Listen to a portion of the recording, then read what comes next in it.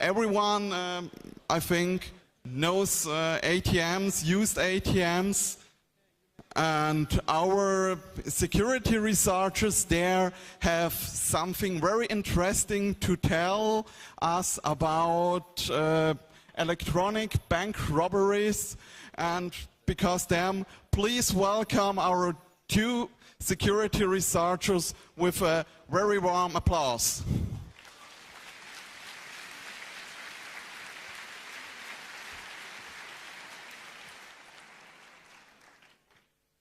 Are we on?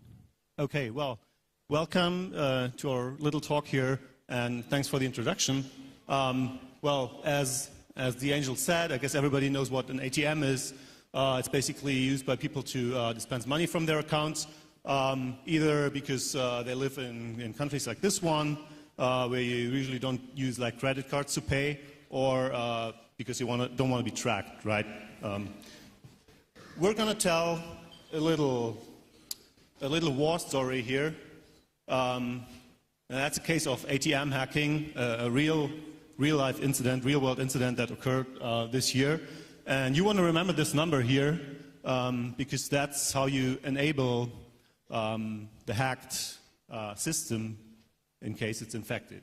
And I'm going to hand over to my co-speaker here to tell you about the first few things here. Yeah, okay. So let's just have a quick look. What do we have in a cash machine? So, of course, we have a safe. That's where we want to get in. There's the money we want to spend. So, of course, we have just a normal computer. It's like a desktop computer. Mostly it's running a normal operating system. Most likely it's Windows XP. And with just a few different manufacturers that built the teller machines. And yes, we as user, we use a common user interface. It's just a screen. Most likely it's a touch screen. Or we have then the EPP number pad where we put the PIN number for our card. One thing I'd like to add to this slide. What's interesting, you see the picture on the right-hand side. That's a photo we took yesterday when we arrived here at Hamburg main station. And it's interesting because this is the state hacked ATMs are usually in before, you know, the bad guys go there and cash out. So, I don't know, maybe this one's is infected too. Okay, so now, this is not the first ATM hacking, of course. So the most famous one was from Barnaby at the Black Hat in 2010. You see in the screenshot here that this was the user interface of his malware.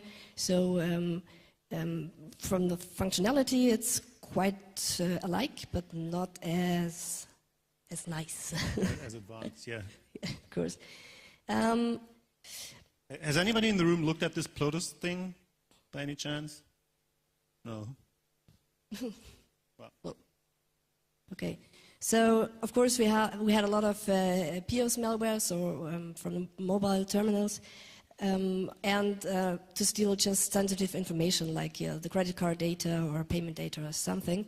And the most famous one this year even was the PLOTUS malware, probably you've heard about, quite famous. We had a quick look at PLOTUS 2, and it was written in .NET, and yeah, it's from the functionality, it's similarly the same, but not as advanced.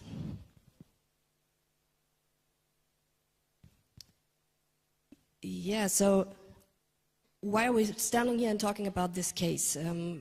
We had an incident, a bank, they had discovered that they have a lot of empty teller machines, and they started to work to an investigation for themselves, just a little bit of forensics, and it was just limited success.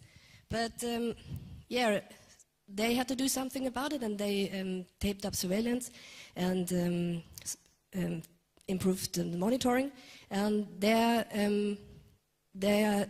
started to discover that yeah, the infection way was just was conducted via a USB stick, and yeah, they get to manage to arrest the guy and to secure this USB stick.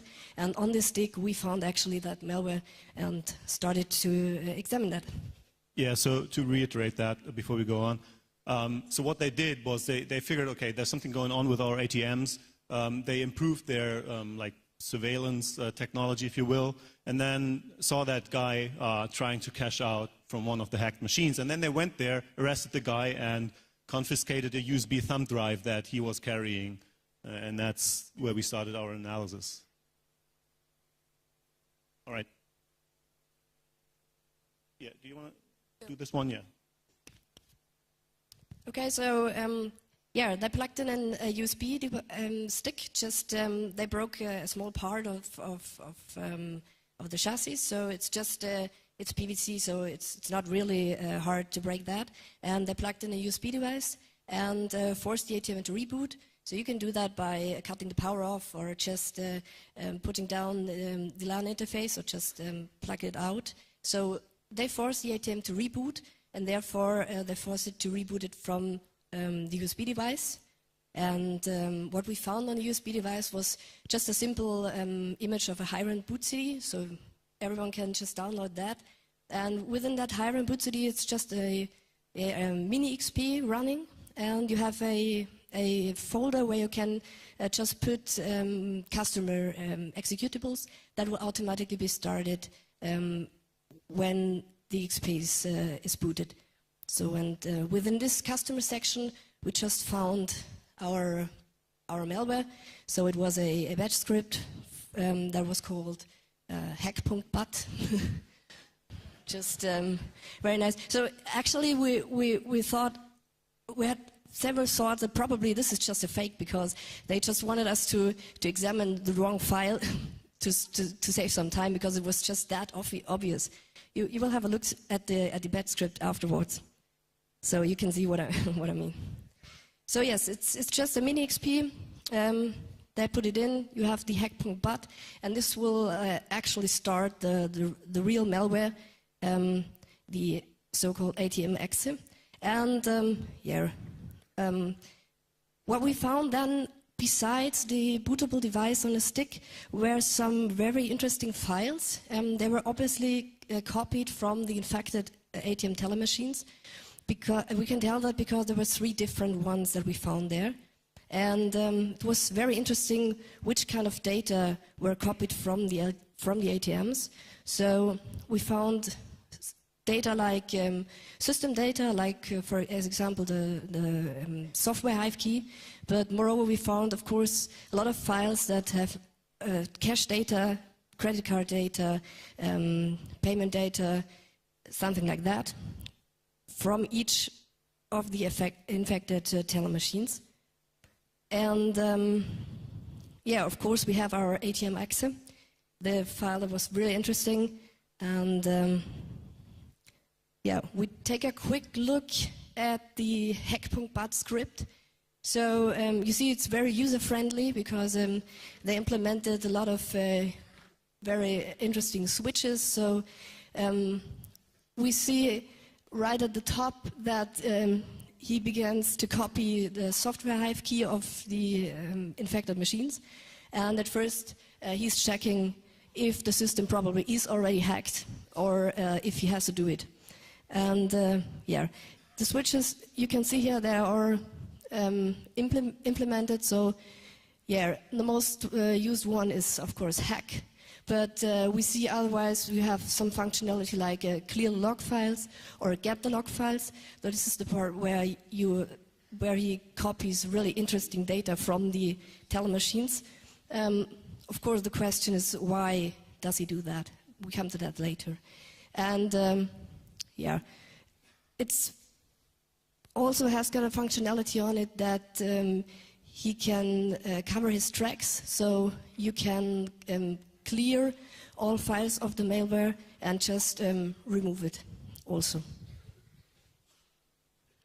Yeah, so a little bit more about our installer of the ATM exe. Yeah, thanks. So, I mean, of course, we were curious. Now that we know how the system gets infected, you know, you insert this USB drive, force a reboot, and then the batch script runs. we were curious, how does the actual cash-out process work? How do you get money out of the thing, right? So what we did was we took this ATM exe file, the executable, and reverse engineered that to recover the functionality. And the next couple of slides talk about what we found in this executable. So first of all, the ATM exe is a UPX packed thing. UPX is one of the standard packers. You can easily unpack the original code again. And then we came across an interesting fact. So we unpacked it, loaded it up into our analysis tools, like what you see on the right-hand side. It's a little blurred, but we hope you can still read it.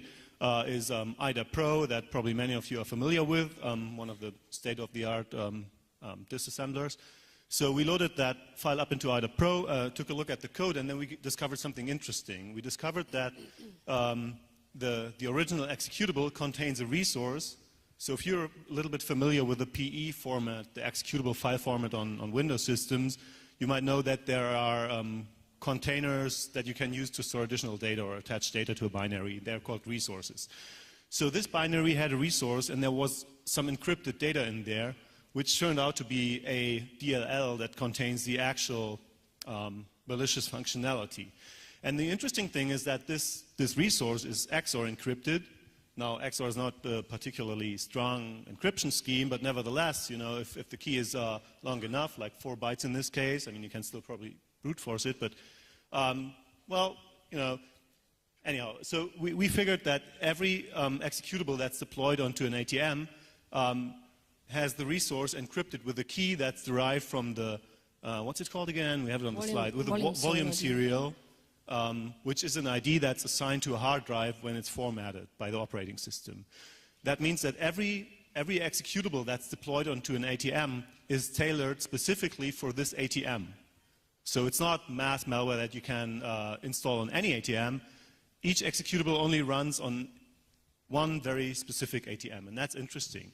So, I mean, of course, that raises the question, how do they get this ID in the first place? How do they create this binary with the encrypted resource? Where do they get the volume serials from, right?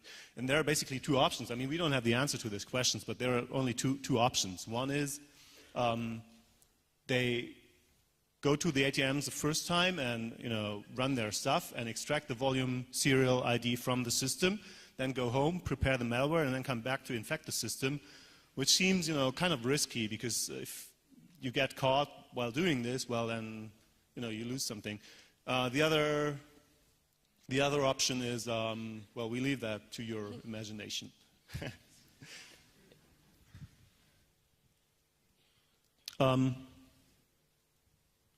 Yeah, so what we did, what you see here on the right-hand side is some code that is executed after the decryption process, after the XOR decryption of the resource.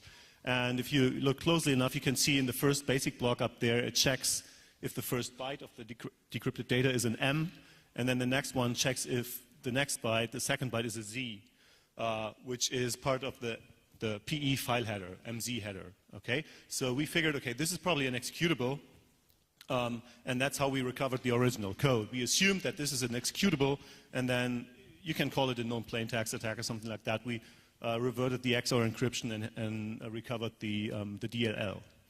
And after this happened, of course, the dropper runs some checksumming code to verify that the extracted and decrypted code is actually the DLL it wants to run, the malicious DLL. Okay?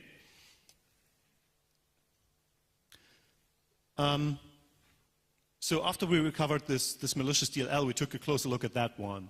And it's dropped into this path up there under the system directory, and the value in squared brackets over there is again derived from the volume ID. So if you come across one of these DLLs, you can take a look at the file name, and that's linked to the ATM it's supposed to run on because of this naming scheme here.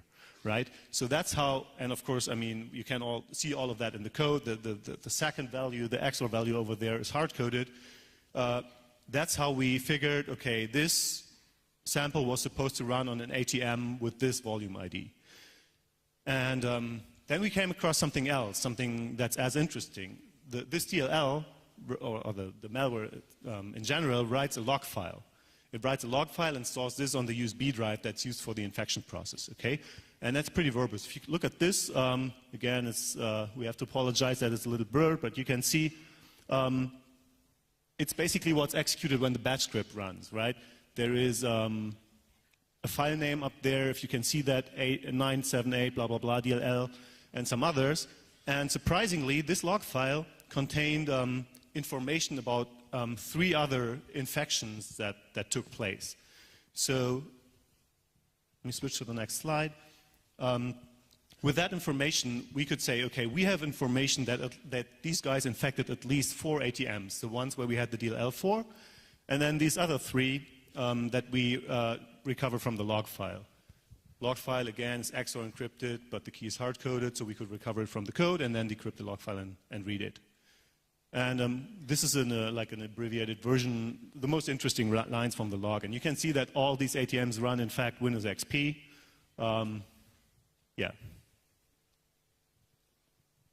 Yeah, what probably is quite interesting here is that we have information about the 3 different teller machines that were infected with this USB device in clear text, and we have it additionally in this somehow encrypted log file. So the question is, why do we have that twice? Why do we have this log file? And why didn't they remove that files? Because actually for every new infection they have to build up a new exit device which is encrypted with the volume 0 ID from this machine, and they would have enough time to clear that up, but they didn't do it. So furthermore, the question mark, why didn't they? Yeah.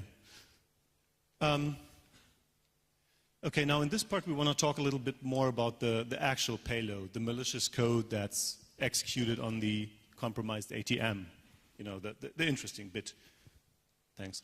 And what you can see here is a list of some facts that we discovered. Again, this file, the DLL, contains some encrypted resources. This time they're encrypted with the static key that you see up there. So by looking at the code, we obtained this key and could easily recover the resources. And they contained images like the one that you see on the right-hand side up there. Obviously stuff that they want to display on the ATM screen, right? We changed the coloring scheme and some other stuff here a little bit because we don't want to disclose the target here. But yeah, that's what they store in these resources. And another thing that was in there is this sdelete tool from sysinternals. Maybe some of you are familiar with that. That's a publicly available tool for secure file deletion. So, you know, you overwrite the file first with specific byte patterns before you remove it.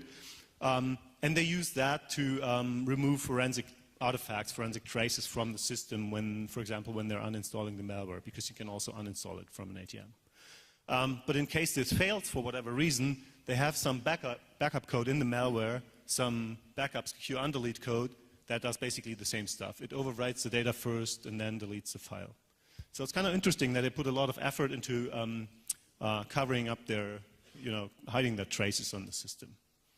And by the way, we will give you a demo in a few minutes and show you the whole process, how you interact with an infected ATM, and you will see the other screens as well.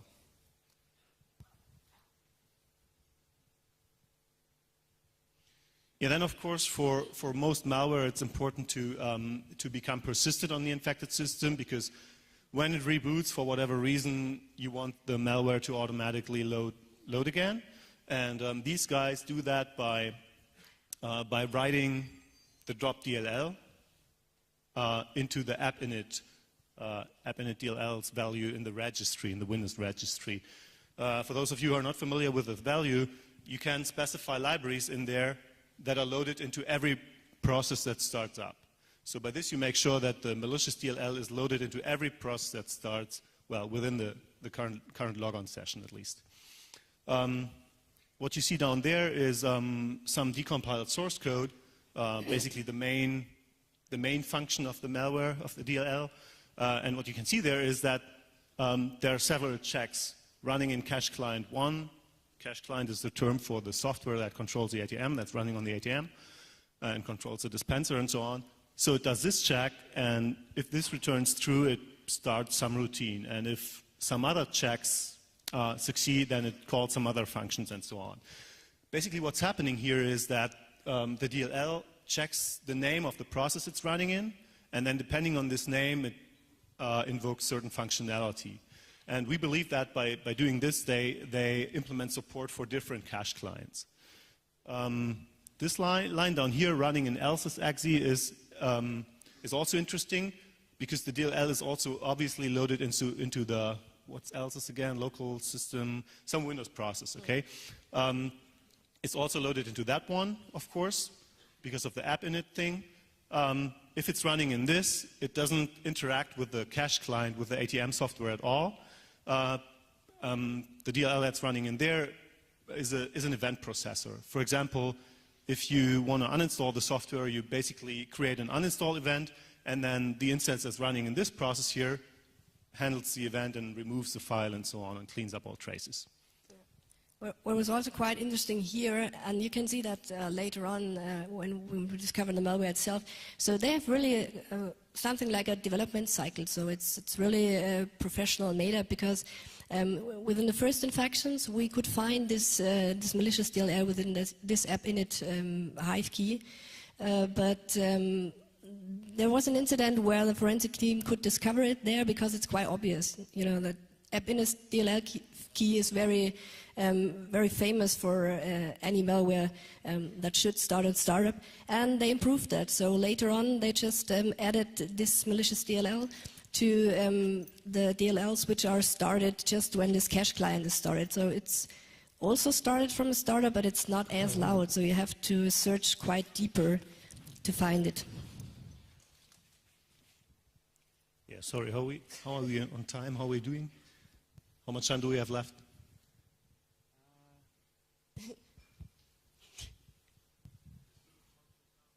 Okay, plenty of time. Great. So we know how the malware becomes persistent. We know how it makes sure that it runs on the system, so it injects itself, it injects this DLL into all these processes. Now, of course, we want to know how to interact with it, because there must be a way of interacting with the malware.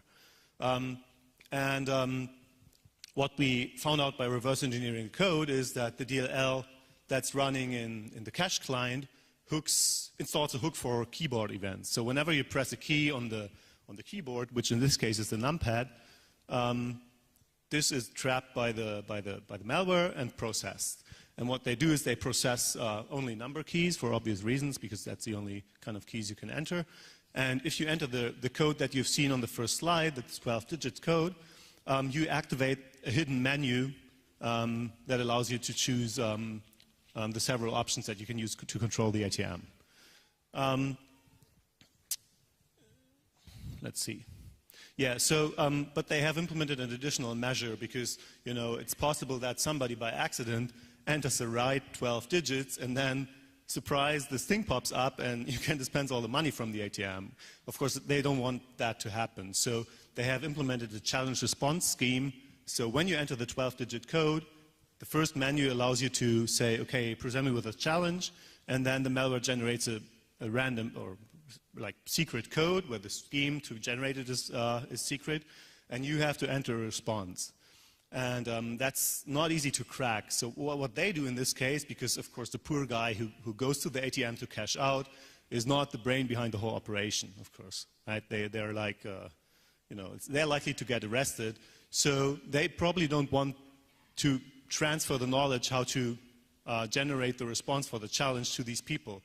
And maybe you can tell this story about the phone calls.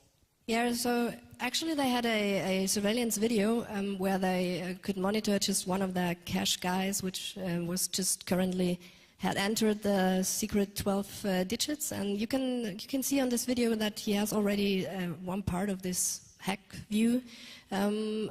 And after that, he just took his cell phone and called somebody, and you can see that after that, within that call, he just types another number, and right after that, he starts cashing out the teller machine. So that's exactly this challenge response check he was talking about.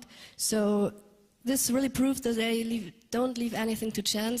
They want to control which teller machine is cashed out and exactly when and who does the cash out. So this may implicate that they don't trust their own people, do they? Yeah. So, I mean, we tried to bring you this video where the guy makes a phone call, but, I mean, obviously the bank that was targeted here, they're a little concerned about their identity being disclosed, so unfortunately we couldn't get it, but, well, you have to trust us on that. That's how they probably do it. Another thing is that these guys already anticipated that somebody would get a copy of the malware and then probably start to reverse engineer it and understand how it works. And of course, the worst thing that can happen is if somebody recovers the challenge response functionality, that code, and then goes to all the hacked ATMs and you know, jackpots them instead of these guys, right? So they figured, okay, we need a means to protect this really important code. And that's not the only part that's protected. There are several pieces that are, you know, critical, so to speak. So this challenge response thing is one of them, and the other parts that are protected is everything that interacts with the cache client. So you would never, by looking at the code, you would never see a direct API call or DLL function call into the cache client's libraries. All of this stuff is protected, and I'm going to talk a little bit more about how they do that. Yeah, it's a little bit hard to put that in, you know, to find the right words for it. We have a picture of that in our minds, but we called it a state machine. So their obfuscation method is basically control flow obfuscation. So, you know, when you look at some code statically, you can see this function is calling that function, and then it's calling that under this condition, and so on. That's the control flow in the code.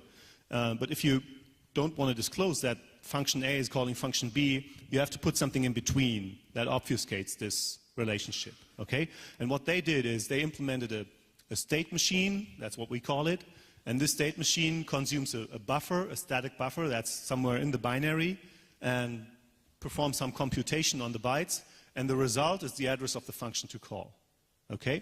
So at some point you say, state machine, here's a buffer, do your thing, and then the state machine starts computing the address to call.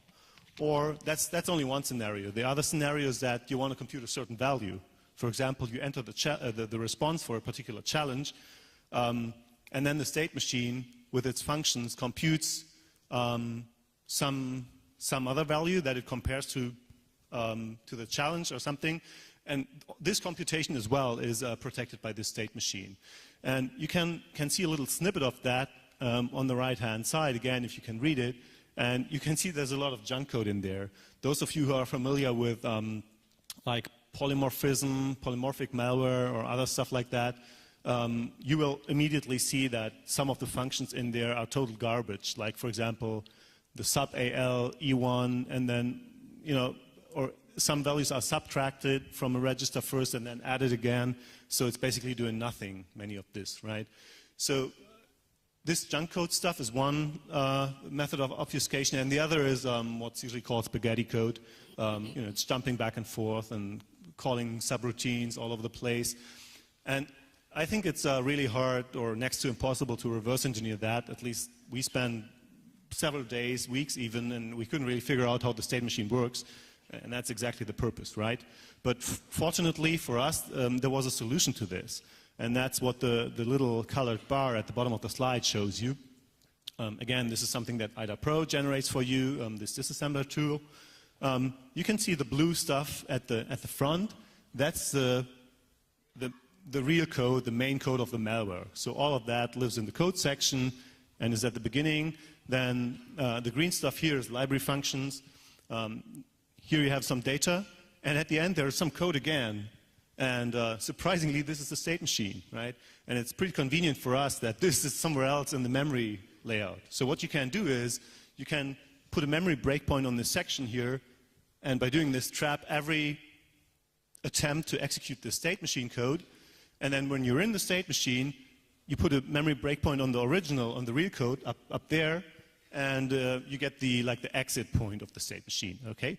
By doing this, you can basically treat the state machine as a black box. You don't care about the calculations at all. You can still reconstruct the relationship between the calling function and the callee.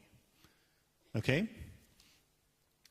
Unfortunately, we couldn't use this breakpoint method to understand how these value calculations are performed, but, well, you can still inspect memory and somehow understand a little bit of that, at least. Okay, now we want to demo to you how this thing looks like. Unfortunately, we don't own an ATM that we can infect, but we have a virtual machine here that's running the malware. And we've patched the malware a little bit. I think we didn't tell you. So what's happening is these screens, when you enter the secret code, these screens that you saw on the slides, they're displayed on a second desktop. So on Windows, you can open as many desktops, like virtual desktops, as you want, and then switch back and forth between these desktops. So what's happening is these screens are displayed on a second desktop, and then execution switches over, or the display switches over to this desktop. So you leave the original ATM display and this process alone. You just switch over to your secret menu desktop, and when you're done, you can switch back. That's a little difficult to debug, because when you do that, when you're running in a debugger and you're using breakpoint and stuff, and the malware all of a sudden switches to a second desktop, well, you cannot control the debugger anymore because it's running on the first desktop, right?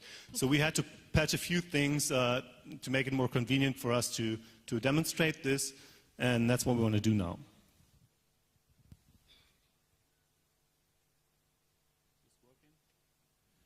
Can you? Oh, awesome. Okay, so we have this this little Windows XP VM because we want to be accurate, right? And I'm going to start two processes here. One is I have some little batch scripts. One is the one that simulates the malware running in the else's process, and the other one simulates the malware running in the cache client. This one here. And let's just assume that this is showing the standard ATM screen here now. So enter your PIN and stuff like that, okay? So what we're going to do now is we're going to enter the 12-digit secret code that we saw on the first slide. You remember that, right?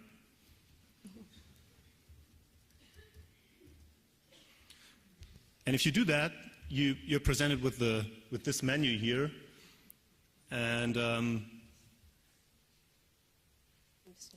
yeah, it's. Do you want to talk about those values? How that's calculated?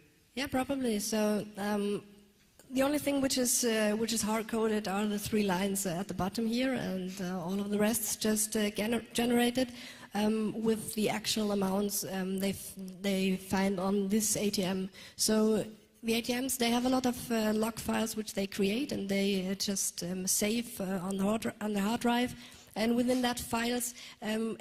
Every payment transaction is noted. So what the malware does is it requests the newest of that files and just pulls the values into that screen. And so the attacker is presented with the actual value of amount of money, and there he can just choose which one he wants to cash out. So just the 100 bills, or all of them. This is quite interesting. We took this screen from an ATM which was already attacked, and there you can see that especially or only the $100 cash cassette was cashed out, because, yeah, you know how long it takes if you're just cashing out, I don't know, 100 or 200 dollars or euros, and if you can imagine if you have a whole cassette full of money, that takes a lot of time, and so this is why they most likely just cashed out this cassette with the most valuable input. Yeah, so what I can do now is I can either press 0 and then I leave that again, and the ATM shows its standard screen again, or I can press 1, and I'm going to do that now just to show you what's happening. And now it's challenging me with this code here, and I have to enter the response. And yeah, I mean, it's a 6-digit number. The problem is, because we're not running on a real ATM, we cannot really simulate that here. So, I mean, I can enter a number here now, but even if it would be the right one, if it would accept this, we wouldn't be able to go any further because some pieces are missing here. Yeah, unfortunately, let me restart this, or actually, yeah, I'll restart this.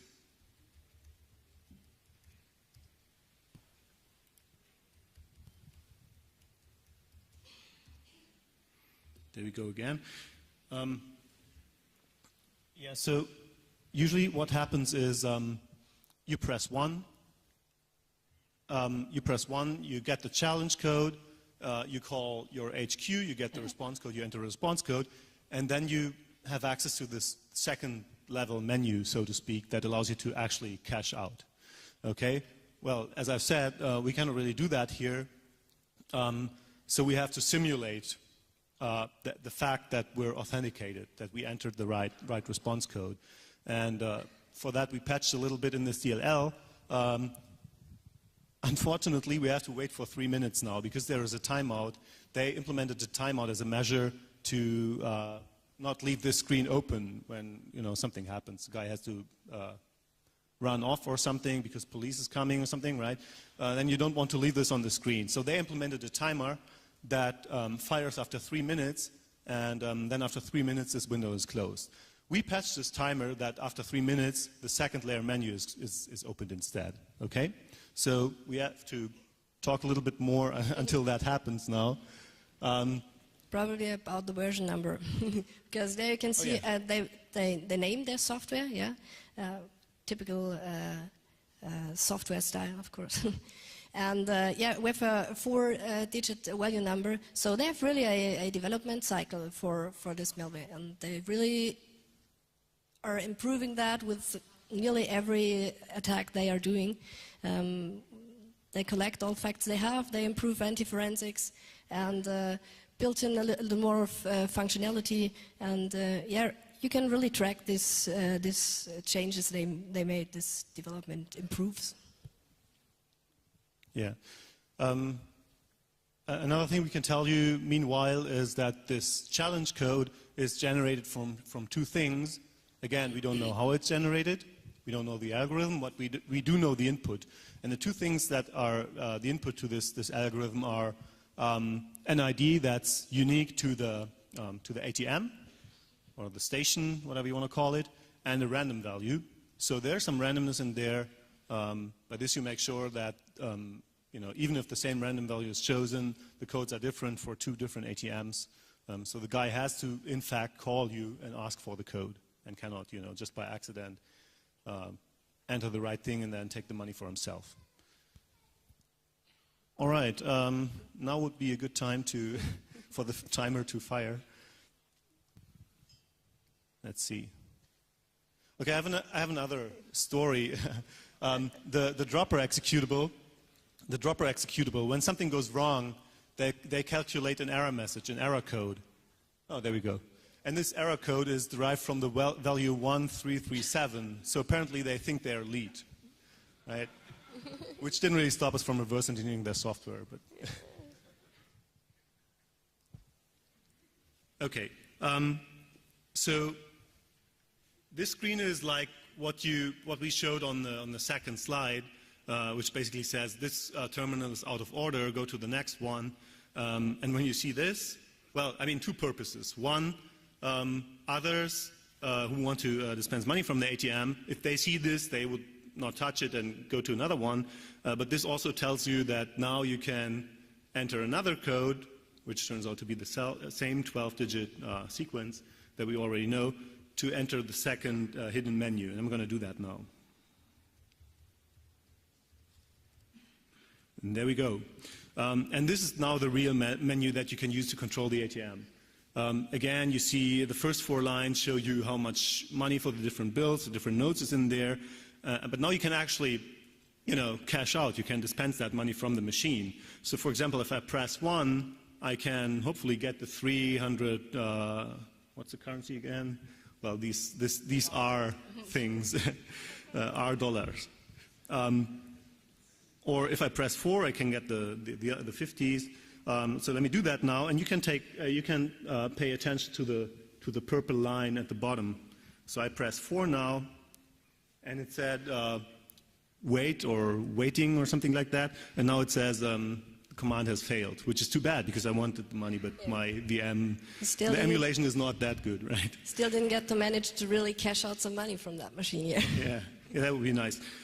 So I can now try to cash out 1, 2, 3, 4, and always I get this failure message. But this is where the malware actually interacts with the cache client. It loads, or it resolves the libraries that belong to this cache client, and then calls the API functions to trigger the dispense functionality. But the other options at the bottom of this screen are also interesting. Let me show you 7 and 8 first.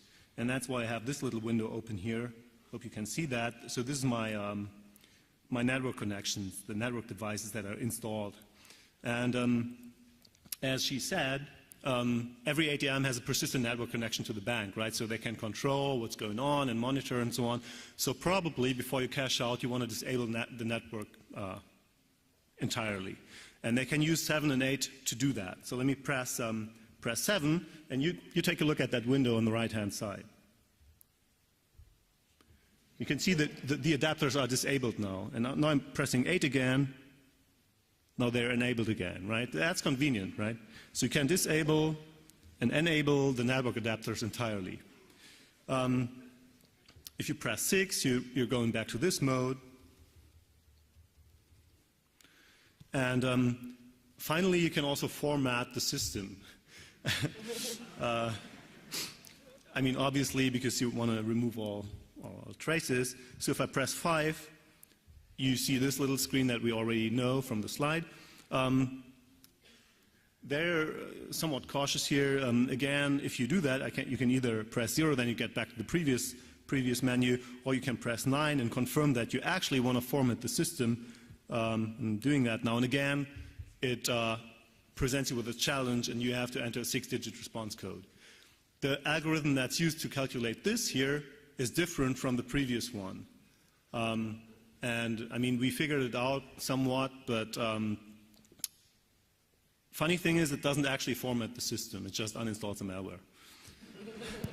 So, I mean, I don't know what the right answer to this is now, but if you enter the wrong one, it keeps asking. And interestingly, you cannot get out of the state anymore. So if you don't know the right answer, you're trapped in this. And I mean, after 3 minutes, the out of order thing is displayed again. But if you enter the secret code, you don't have access to the main menu again. You will always end up at this screen. So unless you enter the right code here, well, you locked yourself out. All right, we want to conclude with some speculation about the people behind this, maybe. Obviously, we don't really know who it is, but there are some interesting facts. And after that, we'll open it up for questions and a little Q&A. Yeah, so what we really can tell for sure that they want to make serious money with that. They put a lot of effort in implementing and investigating, in coding, actually. They built up quite a big team to do that. They have apparently different roles that are strictly assigned, so every role is just his part and is only able to do his part, so it's quite separated. For sure, they have to have profound knowledge about the ATMs, so most likely they really had one to test all these features, to really check whether the coding is correct, whether they get any error messages, something like that. So either they robbed one and really reverse engineer the original cache client to derive that malware from it, or they most likely had someone in the inside which was just had developed the original cache client and therefore really knows exactly how this works. how it's possible just to trigger a cash out without entering a valid card, the PIN code, circumvent all these security measures that are implemented here. Yeah, they have quite good development skills, so the code is quite sorted. You see the development cycle, so as they improve, they implement new features, just like the app in a DLL key and stuff, so on. And yeah, at least they're capable of protecting the code against people like him, like us. They're just trying to reverse engineer the malware, and they really try to cover their tracks for forensic investigations. So they made it really hard to get the pieces together to just have a full image of how that finally works together. All right. Yeah, that was almost the last slide. You guys remember the 12 digits from the first slide, right? So next time, before you dispense some money from an ATM, enter the 12 digits first to make sure that it's not hacked, right? And if it is hacked, then you enter this here, because that uninstalls the malware.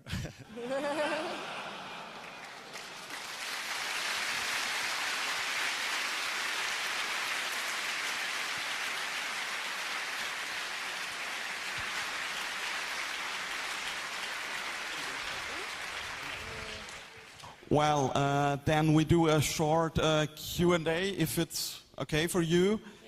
Please, everybody that has a question, please line up on the microphones signed with the numbers, and then we will do a short Q&A from approximately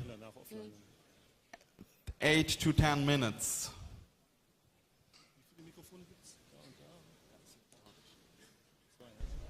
All right, let's start with you. Hi. I have two questions. The first question is whether they were gathering PIN codes and no strips to be able to reuse them later on. And the second question is whether the ATM is connected to the internet through the network connection. I didn't get all of that. Can the others be a little quiet so we have a chance to understand the question? So sorry, can you please repeat? Yeah. So my first question is whether the PIN codes and the this magnetic strip or any other information linked to the credit card number is gathered by this malware. And the second connection is whether the network connection gives internet access to the ATM. Yeah, let me answer the first one, and for the second one I'll refer to her. So this one could gather information like credit card stuff and so on, but it doesn't, not this one.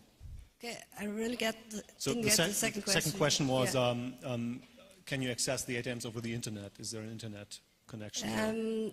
No, actually they do not have an internet connection, but it is possible to build so far. So we did that in a test where we tested an ATM, and you can use this USB connection where they plugged in the bootable device and just put an UMTS stick there, and yeah, then you have an internet connection, but per default there is none. But we did that, yeah. Okay, dann machen wir mal dort von der 1. Hello. Thank you for your talk. I have two short questions. What was the time span between the infection and the cash out? And did the attackers try to intercept card data? So the second question is the same as the previous one. They don't intercept any card data. They don't gather like credit card information and stuff like that. They only like jackpot, as Barnaby Jack called it, the ATMs. They only dispense money from the ATMs. For the first question, what was the first question again? What was the time span between the infection and the cash out? Yeah, how much time is between the infection and the actual cash out? Here, we discovered that there were only 2 to 3 days. So they could have any time between that, but they really tried to make it short. And of course, they waited for the right time, so right after the recharging, yeah, because that's the point of most money. Thank you. Okay, then number 3, please. Hi, thank you for your talk. A question about the banking security. This being Windows XP, I missed part of code signing and verified publishers and such. Do banks employ these security measures or not? They do have security measures, but they are all only implemented when the XP is running. Yeah, so they have whitelisting for applications, they have monitoring for the process, and they have an antivirus, and of course something like that. But in essence, everyone can dump their own software on it and run it. There's no whitelist for signatures or publishers, right? There is a whitelist. Actually, there is, but that was the point why they did that via a bootable USB stick, because they wrote this DLL just within the system folder, and they have a whitelist for applications, but not for the DLLs which these applications are using. So this.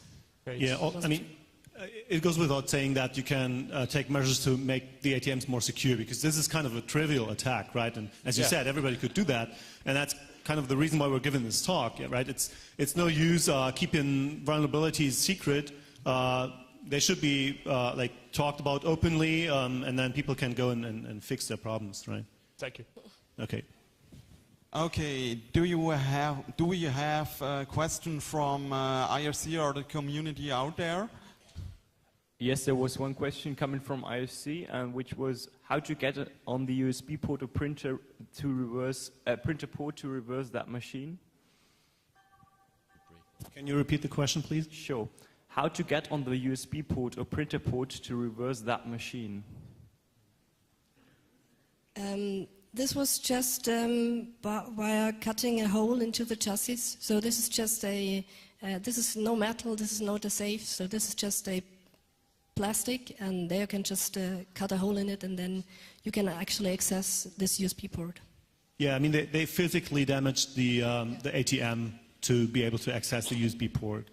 And then they had to cut the network connection, right, and that triggered a reboot. Yeah. So it's really a trivial attack. Not that hard. Okay, the 4, please. Yes, two-part question, sort of. One, you would think that banking and money would be kind of a high priority thing to secure. Why are they using Windows XP? And the second one is,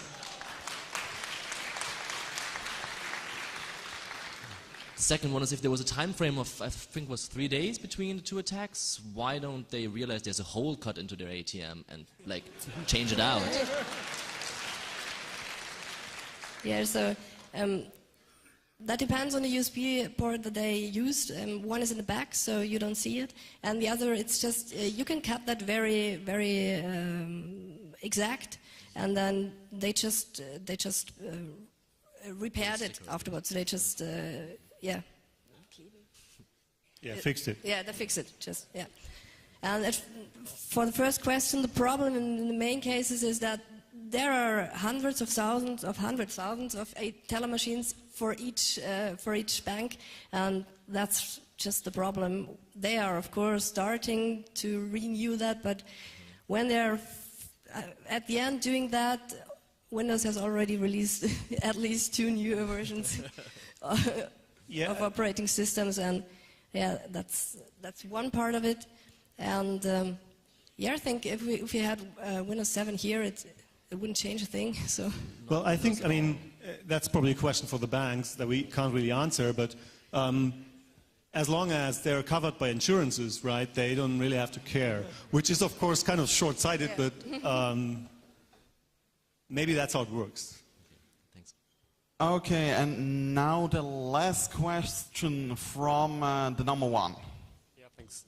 Hi there. I was just curious about this particular ATM model you were framing the picture of this as, let's say, the state of security in ATM technology, or if it's just, let's say, an example for how to not build an ATM. I mean, are these bad guys simply the first who found out, well, yeah, it's basically that simple, or is it just, let's say, a really bad model they've been exploiting? Yeah, that is, that all depends on the original cache client. So the teller machines are all the same, but every bank just has an own cash client, its own software, which is really doing the caching out, and they're all different. And you have to develop the malware exactly for just one cache client, because it won't work on others. And I mean, sorry, may I?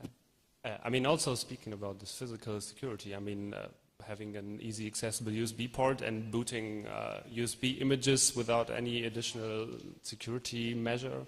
I mean, is this state of the art? Or? Yeah. So no, it's not. Actually, this has been fixed because there is an whole disk encryption in place now that just prevents this way of attack. It's not at all teller machines. It's currently implemented, so yes, it's kind of state of the art.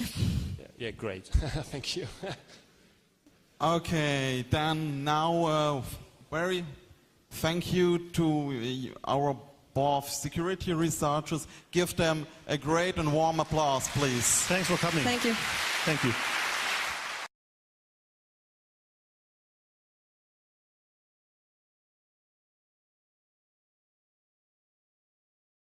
Have a quick look. What do we have in a cash machine? So, of course, we have a safe. That's where we want to get in. There's the money we want to spend. So, of course, we have just a normal computer. It's like a desktop computer. Mostly, it's running a normal operating system. Most likely, it's Windows XP. And with just a few different manufacturers that built the teller machines. And yes, we as user, we use a common user interface. It's just a screen. Most likely it's a touch screen. Or we have then the EPP number pad where we put the PIN number for our card. One thing I'd like to add to this slide. What's interesting, you see the picture on the right-hand side. That's a photo we took yesterday when we arrived here at Hamburg main station. And it's interesting because this is the state hacked ATMs are usually in before, the bad guys go there and cash out. So, I don't know, maybe this one's is infected too. Okay, so now, this is not the first ATM hacking, of course. So the most famous one was from Barnaby at the Black Hat in 2010. You see in the screenshot here that this was the user interface of his malware. So from the functionality, it's quite alike, but not as nice. As advanced, yeah. Yeah, of course. Has anybody in the room looked at this Plotus thing, by any chance? No. Well, to save some time, because it was just that obvious. You will have a look at the bad script afterwards, so you can see what I mean. So yes, it's just a mini XP. They put it in. You have the hack.bat, and this will actually start the real malware, the so-called ATM exe. And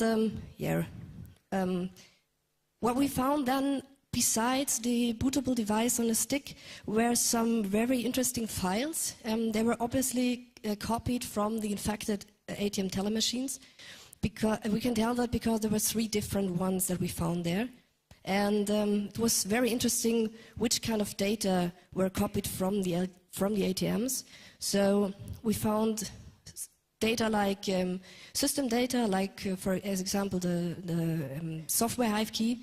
But moreover, we found, of course, a lot of files that have cash data, credit card data, payment data, something like that, from each of the infected teller machines. And of course, we have our ATM exe. The file that was really interesting. And we take a quick look at the hack.bat script. So you see it's very user-friendly because they implemented a lot of very interesting switches. So we see right at the top that he begins to copy the software hive key of the infected machines. And at first he's checking if the system probably is already hacked or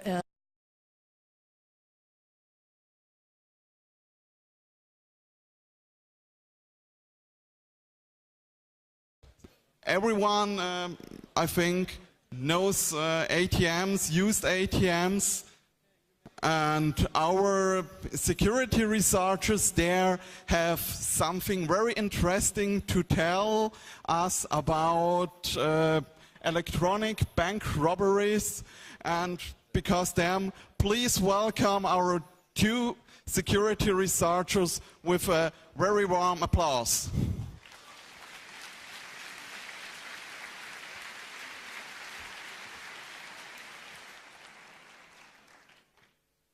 Are we on? Okay, well, welcome to our little talk here, and thanks for the introduction. Well, as the angel said, I guess everybody knows what an ATM is. It's basically used by people to dispense money from their accounts, either because they live in countries like this one, where you usually don't use like credit cards to pay, or because you don't want to be tracked, right? We're going to tell a little war story here. And that's a case of ATM hacking, a real-life incident, real-world incident that occurred this year. And you want to remember this number here, because that's how you enable the hacked system in case it's infected. And I'm going to hand over to my co-speaker here to tell you about the first few things here. Yeah, okay. So let's just okay. So of course we had a lot of POS malwares or from the mobile terminals, and to steal just sensitive information like the credit card data or payment data or something. And the most famous one this year even was the Plautus malware. Probably you've heard about, quite famous. We had a quick look at Plautus too, and it was written in .NET, and yeah, it's from the functionality, it's similarly the same, but not as advanced.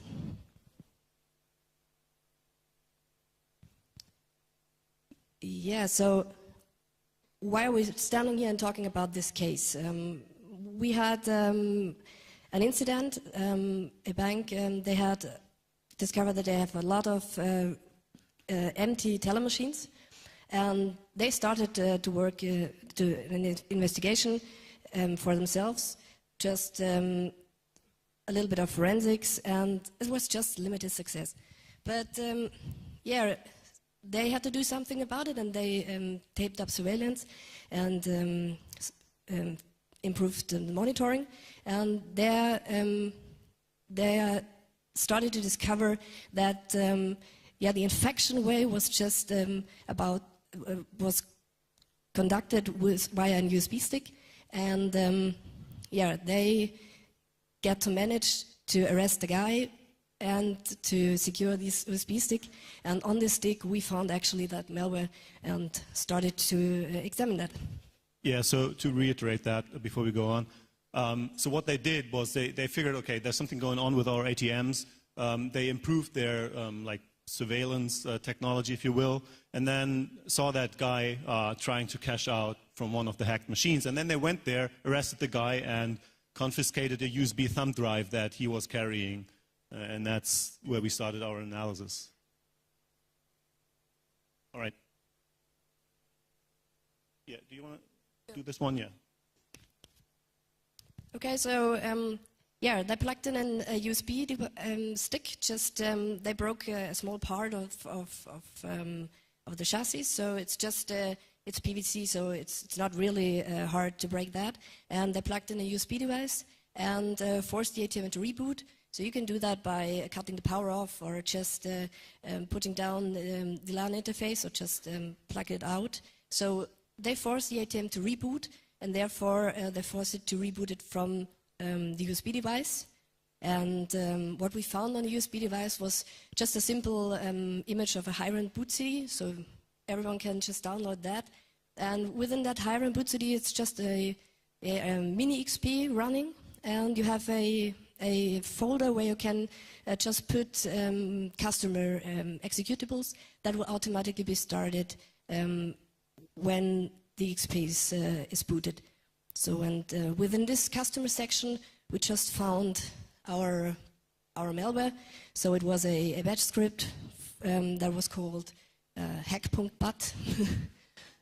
Just very nice. So actually we thought, we had several thoughts that probably this is just a fake because they just wanted us to examine the wrong file to